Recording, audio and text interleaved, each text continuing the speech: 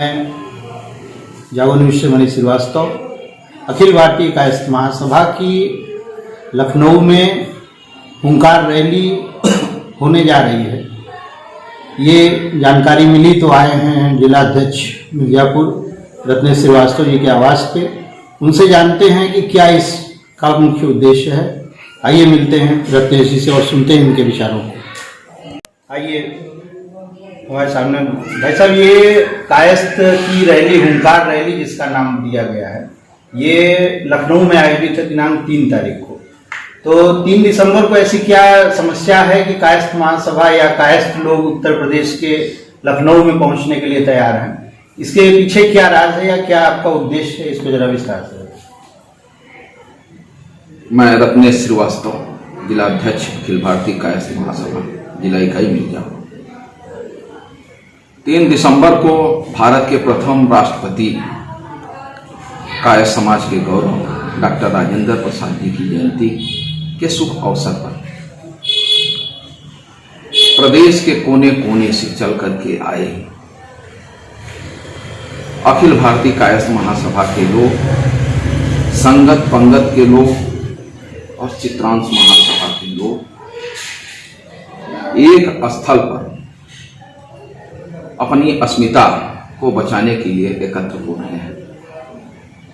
एक समय हुआ करता था कायस्थ राजनीति के क्षेत्र में टॉप 10 में रहा करते थे। आज कायस्थ हाशिए पर है। आज जातिवाद के नाम पर, धर्म के नाम पर राजनीति हो रही है। इसके पहले ऐसा नहीं हुआ करता था। हम लोगों को राजनीतिक दल हमारा अधिकार नहीं दे रहे हैं, जबकि जो लोग हमसे कम संख्या में हैं उनके लिए राजनीतिक दलों का महत्व बढ़ा हुआ है। मैं अपने समाज के लोगों से अपील करता हूं कि वे लोग अधिक से अधिक संख्या में लखनऊ पहुंचें और अपनी ताकत का एहसास कराएं कि हम लोगों की जो संख्या है वो कम नहीं है। हम लोगों को बुद्धिजीवी करके कह के आपस में फूट डालो और राजकरों की नीति अपना करके हमें आपस में अलग अलग करके लोग राजनीतिक रोटियां सेक रहे हैं। ये आगामी जो लोकसभा, ये विधानसभा चुनाव होने जा रहा है, क्या वहां इकट्ठा होके कहीं चुनाव के टिकट का उद्देश्य तो नहीं, या चुनाव में भागीदारी का क्या कहना है? देखिए, समाज में तमाम तरह के लोग रहते हैं। तमाम साथी हमारे ऐसे हैं जिनकी राजनीतिक सोच है, चुनाव लड़ना चाहते हैं, लेकिन राजनीतिक दल उन्हें महत्व नहीं दे रहे हैं।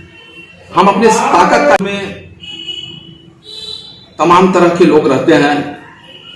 तमाम साथी हमारे ऐसे हैं जिनकी राजनीतिक सोच है, चुनाव लड़ना चाहते हैं, लेकिन राजनीतिक दल उन्हें महत्व नहीं दे रहे हैं। हम अपने ताकत का एहसास कराने के लिए लखनऊ में इकट्ठा हो रहे हैं। आप हमको जानिए कि हम किसी से कम नहीं हैं। समाज का कोई भी क्षेत्र रहा हो, कायस्थ समाज हमेशा से अग्रणी भूमिका निभाया है और निश्चित रूप से जो कायस्थ हित की बात करेगा वही देश पर राज करेगा, ऐसा हमारा मानना है। हम कायस्थ समाज के लोग अपनी ताकत का एहसास दिला करके राजनीतिक रोटियां सेकने वाले दलों का यह एहसास कराना चाहते हैं कि जब तक हमें अपना स्थान नहीं मिलेगा तब तक किसी भी दल को कायस्थ समाज समर्थन नहीं करेगा। जो कायस्थ समाज के लोगों को महत्व देगा, कायस्थ समाज उसी को सपोर्ट करेगा, उसी का समर्थन करेगा, उसी को मतदान करेगा। इसका उद्देश्य सरकार के विरोध में या ऐसा कुछ कोई धरना प्रदर्शन तो नहीं है? नहीं, हमारा उद्देश्य किसी के विरोध में नहीं है। हम अपने हक हुकूक की लड़ाई के लिए वहां इकट्ठा हुए हैं और हमारे अधिकारों का जो हनन हो रहा है वह न हो, हम इसकी मांग करने के लिए वहां इकट्ठा हुए हैं कि हमारा अधिकार हमको दिया जाए। जितनी हमारी हिस्सेदारी है, जितनी हमारी भागीदारी होनी चाहिए, उतना हमको नहीं हो रहा है। हम अपने भागीदारी के लिए लड़ाई लड़ रहे हैं। हमारा संघर्ष अनवरत जारी है। आज संविधान निर्माता के रूप में किसी और का नाम आ रहा है जबकि सभी लोग जानते हैं कि डॉक्टर राजेंद्र बाबू ही थे जिन्होंने संविधान निर्माण में अपनी अहम भूमिका निभाई थी। लेकिन राजनीति के चक्कर में, मतों के चक्कर में उनका नाम नगण्य कर दिया गया है और तमाम दूसरे लोगों को हाईलाइट करके राजनीतिक दल अपनी रोटियां सेक रहे हैं।